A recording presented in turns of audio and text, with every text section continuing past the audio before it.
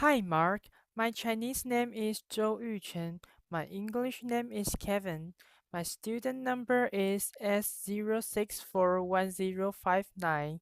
I am a freshman and I major in English department. Today, the title is Human Trafficking is All Around You. This is how it works.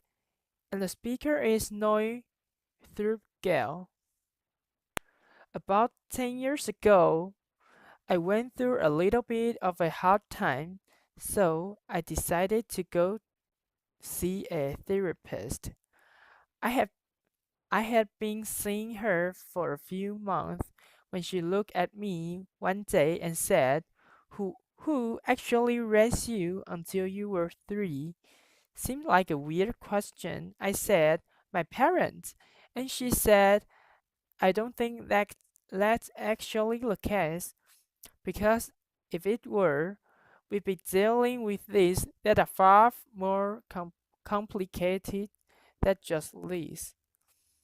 It sounded like a setup to a joke, but I knew she was serious because when I first started seeing her, I was trying to be the funniest person in the room, and I would try and crack these jokes. But she caught on to me really quickly, and whenever I tried to make a joke, she would look at me and said, "That is actually really sad." Left her. It's terrible. So I knew I had to be serious, and I asked my parents who had actually raised me until I was 3, and to my surprise, they said my primary caregiver had been a distant relative of the family. I had called her my auntie. I remember my auntie so clearly. It felt like she had been part of my life when I was much older. I remember the thick, straight hair and how it would come around me like a curtain when she bent to pick me up. Her soft, southern Thai accent, the way I would cling to her, even if she just wanted to go to the bathroom or get something to eat. I love her, but with the ferocity that the child has sometimes before she understands that love also requires letting go. But my clearest and sharpest memory of my auntie is also one of my first memories of life at all. I remember her being beaten and slapped by another member of my family. I remember screaming hysterically and wanting to stop, as I did every single time it happened. For things as minor as wanting to go out with her friends or being a little late, I became so hysterical over her treatment that eventually she was just beaten behind closed doors. Things got so bad for her that eventually she ran away. As an adult, I learned later that she had been just 19 when she was brought over from Thailand to the state to care for me on a tourist visa. She wound up working in Illinois for a time before eventually returning to Thailand, which is where I ran into her again at a political rally in Bangkok. I clung to her again as I had when I was a child, and I let go. And then I promised that I would go. I never did, though, because I was afraid if I said everything that she meant to me, that I owed perhaps the best part to who I became to her care, and that the words, "I'm sorry," were like a thimble to bail out all the guilt and shame and rage I felt over everything she had endured to care for me for as long as she had. I thought if I said those words to her, I would never stop crying again, because she had saved me and I had no saved her. I'm a journalist, and I've been writing a researching human trafficking for the past 8 years or so, and I and even though I never put together this personal story with my professional life until pretty recently, I think this profound disconnect actually symbolize most of our understanding about human trafficking, because human trafficking is far more prevalent, complex, and close to home than most of us realize. I spent time in jails and brothels, interviewed hundreds of survivors and law enforcement NGO workers. And when I think about what we done about human trafficking, I am hugely disappointed, partly because we don't even talk about the problem at all. When I say human trafficking, most of you probably don't think about someone like my auntie. You probably think about a young girl or woman who's been brutally forced into prostitution by a violent pimps. That's that is real suffering, and that is a real story. That story makes me angry for far more than just a reality of that situation though. As a journalist, I really care about how we relate to each other through language, and the way we tell that story with all the gory, violent detail, the salacious aspect. I call that look at her scars journalism. We use that story to convince ourselves that human trafficking is a bad man doing a bad things to an innocent girl. That story let us off the hook. It takes away all the societal context, context that we might be indicted for for the structural inequality or the poverty or the barriers of migration. We let ourselves think that human trafficking is only about forced prostitution when when in reality human trafficking is embedded in our daily lives.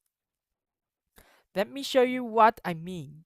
First prostitute account from 22% of human trafficking, 10% is in state imposed forced labor, but a whopping 68% is for the purpose of creating the goods and delivering the services that most of us rely on every day. In sectors like agricultural work, domestic work, and construction, that is food and care and shelter, and somehow these most essential workers are also among the world's most underpaid and exploited exploited today. Human trafficking is the use of force, fraud, and coercion coercion to compel another person's labor, and it's found to cotton fields and cotton mines and even car washes in Norway and England. It's found in US military bases in Iraq and Afghanistan. It's found in Thailand's fishing industry. That country has become the largest exporter of shrimp in the world. But what are the circumstances behind all that cheap and plentiful shrimp? Thai military were caught selling Burmese and Cambodians migrant onto fishing boats. Those fishing boats were taken out, the men put to work, and they were thrown overboard if they made the mistake of falling sick or trying to resist their treatment. Those fish those fish were then used to feed shrimp. The, sh- the shrimp were then sold to four major global retailers: Costco, Tesco, Walmart, and Carrefour. Human trafficking is found on a smaller scale than just that, and in places you would never even imagine. Traffickers have forced young people to drive ice cream trucks or to sing in touring boys' choirs. Trafficking has even been found in a hair braiding salon in New Jersey. The scheme in that case was incredible.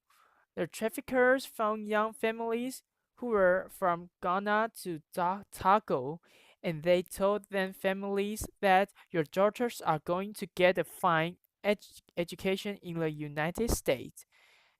They they then located winners of the green card lottery, and they told them, "We'll help you out. We'll get you a plane ticket. Well, we will pay you your fees, and you have to do is take this young girl with you. Say that she's your sister or your spouse." Once everyone arrived in New Jersey, the young girls were taken away and put to work for 14-hour day, 7 days a week, for 5 years. They made their traffickers nearly $4 million. This is a huge problem. So we what have we done about it? We mostly turn to the criminal justice systems, but keep in mind, most victims of human trafficking are poor and marginalized. They are migrants, people of color. Sometimes they're in the sex trade. And for a population like this, the criminal justice system is too often part of the problem rather than the solution. In study after study, in countries ranging from Bang- Bangladesh to the United States, between 20 and 60% of the people in the sex trade who were surveyed said that they had been raped or assaulted by the police in the past year alone. People in prostitution, including people who have been trafficked, trafficked into it, regularly receive multiple convictions for prostitution. Prostitution, having that criminal records makes it so much more difficult to leave poverty, lives abuse, or live prostitution. If that person so desires, workers outside of the sex sector, if they try and resist their treatment, they risk deportation. In case After case I've studied, employers have no problem calling on law enforcement to try and threaten deport their striking traffic workers. If those workers run away, they risk become part of the great mass of undocumented workers who are also subject to the whims of law enforcement if they're caught. Law enforcement is supposed to identify victims and prosecute traffickers, but out of an estimated 21 million victims of human trafficking in the world, they have helped and identified fewer than 50,000 people. That's like comparing the population of the world to the population of Los Angeles. Proportionally speaking, as for convictions, out of an estimated 5,700 convictions in 213, fewer than 500 were for labor trafficking. Keep in mind that labor trafficking accounts for 86% of all trafficking, but fewer than 10% of the conviction. I've heard one expert say that trafficking happens where need meets greed. I like to add one more element to that. Trafficking happens in sectors where workers are excluded from protection and denied the right to organize. Trafficking doesn't happen in a vacuum. It happens in systematically regarded work environments. You might be thinking, oh, she's talking about failed state or war-torn state, or I'm actually talking about the United States. Let me tell you what that looks like. I spent many months researching a trafficking case called Global Horizon involving hundreds of Thai farm workers. They were sent all over the state to work in Hawaii pineapple plantation and Washington apple orchards, and anyway the work was needed. They were promised they were promised 3 years of solid agricultural work. So they made a calculated risk. They sold their land, they sold their wife's jewelry to make thousands in recruitment fees for this company, Global Horizons. But once they were brought over, their passports were confiscated. Some of the men were beaten and held at gunpoint. They worked so hard they fainted in the fields. This case hit me so hard. After I came back home, I was wandering I was wandering through the grocery store and I froze in produce department. I was remembering the over the top meals the Global Horizon survivors would make for me every time I show up to interview them. They finished one meal with a plate of perfect, long-stemmed strawberries, and as they handed them to me, they said, aren't these the kind of strawberries you eat with somebody special in the States? And don't they taste so much better when you know the people whose hands pick them for you?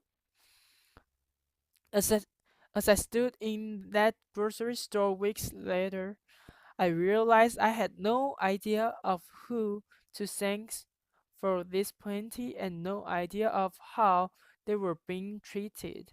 So, like a journalist I am, I started digging into the agriculture sector and I found there are too many fields and too few labor inspectors.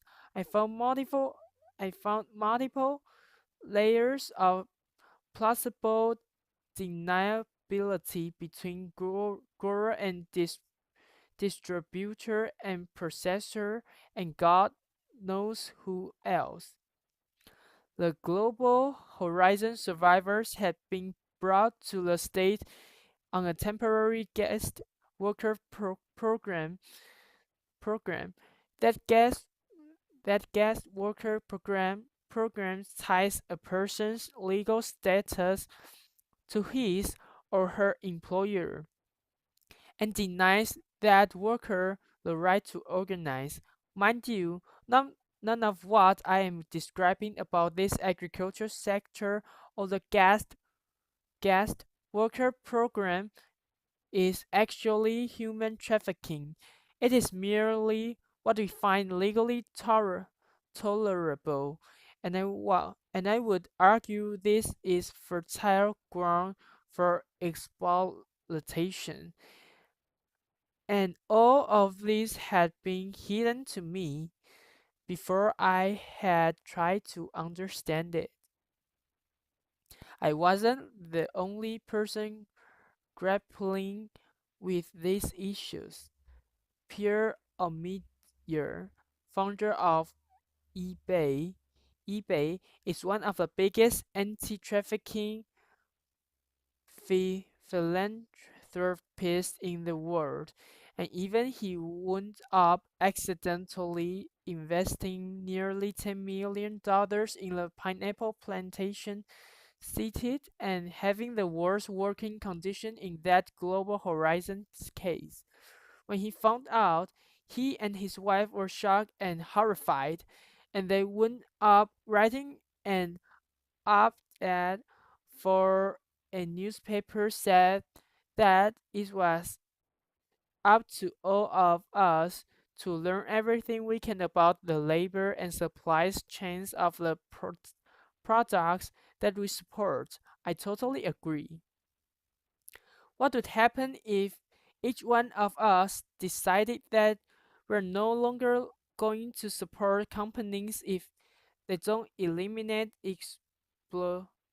exploitation of their labor and supply chains, if we're demanding laws calling for the same, if all the CEOs out there decided that they were going to go through their businesses and said no more, if we ended recruitment fees for migrant workers, if we decided that guest workers should have the right to organize without fear of retaliation.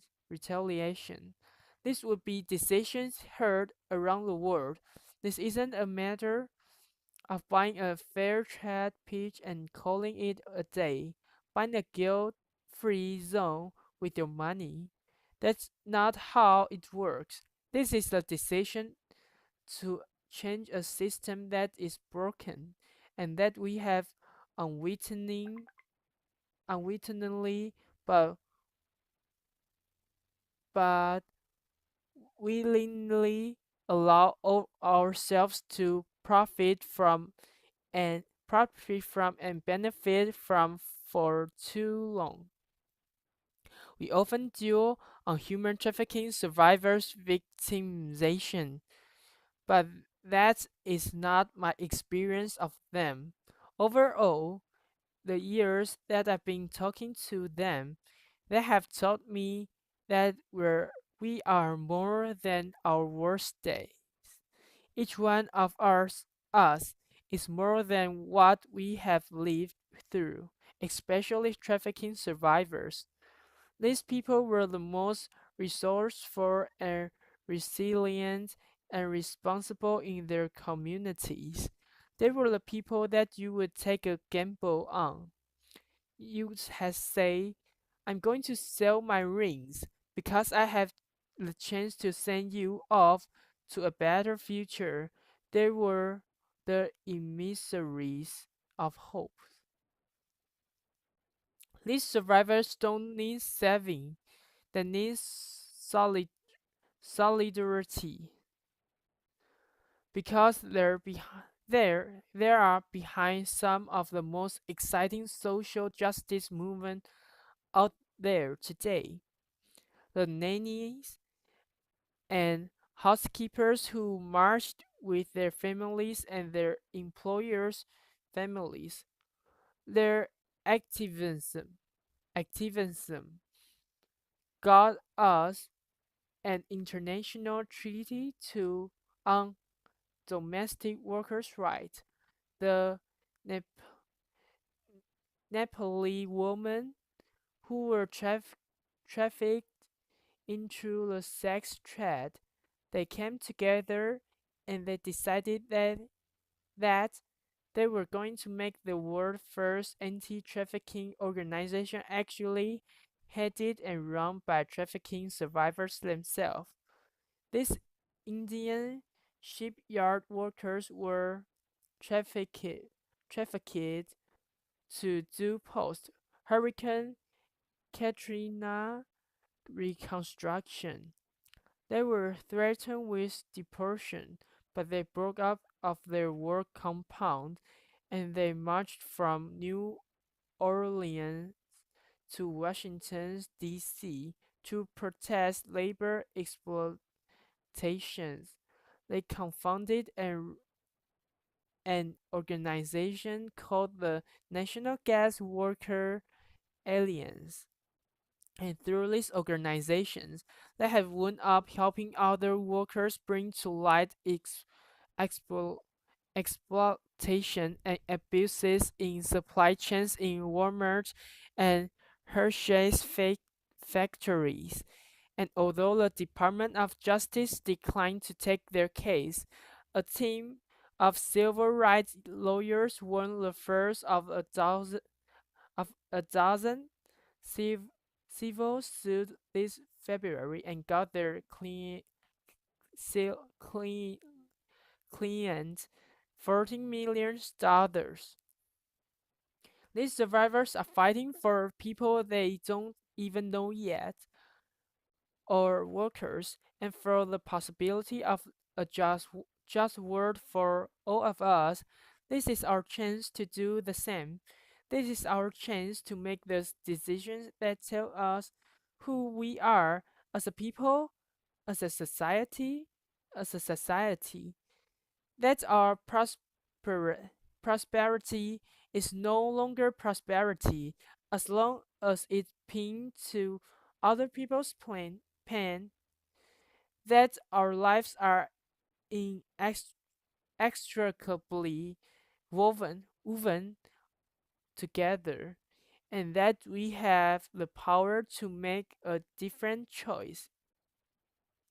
I was so reluctant to share my story of my auntie with you before before I started this TED process and climbed up on this stage. I had told literally and a handful of people about it because, like many a journalist, I am far from interested in learning about your stories that sharing much, if anything, about my own. I also haven't done my journalistic due diligence on this. I haven't issued my mountains of document requests and interviewed everyone and their mother, and I haven't found my auntie yet. I don't know her story of what happened and of her life now. The story as I've told it to you is messy and unfinished, but I think it mirrors and the messy and unfinished situation we're all in. When it comes to human trafficking, we are all implicated in this program, but that means we are all also part of its solution.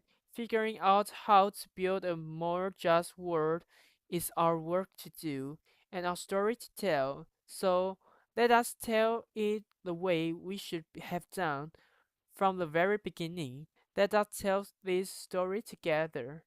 Thank you so much. Applause.